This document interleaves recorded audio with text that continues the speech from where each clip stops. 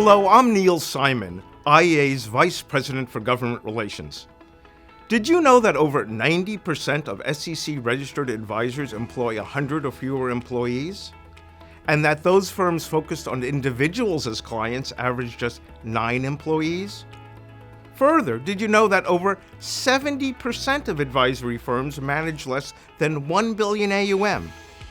Well, many of these firms will benefit from the Small Entity Update Act, legislation strongly supported by the IAA, sponsored by Representative Ann Wagner, and passed by the House on May 30th.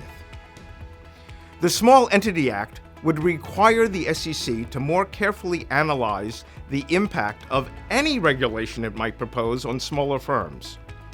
It would also require the SEC to consider ways to minimize those regulatory burdens in accordance with the Regulatory Flexibility Act, a law intended to broadly apply to regulators and ensure that their regulations do not harm small business.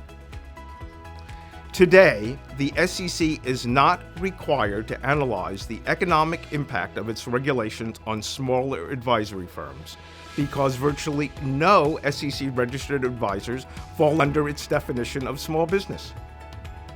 Inexplicably, the SEC has retained its restrictive and badly outdated 25 million AUM-based definition. The Small Entity Update Act would direct the SEC to assess the regulatory costs of proposed regulations on small and growing businesses to ensure that they are not overly burdensome. It would direct the SEC to conduct a study, report to Congress, and then conduct a rulemaking in accordance with the results of such study every 5 years.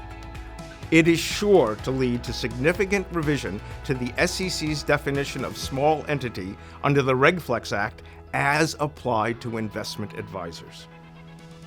The IAA strongly supports enactment of H.R. 2792, and with your help, is delivering that message to the Senate.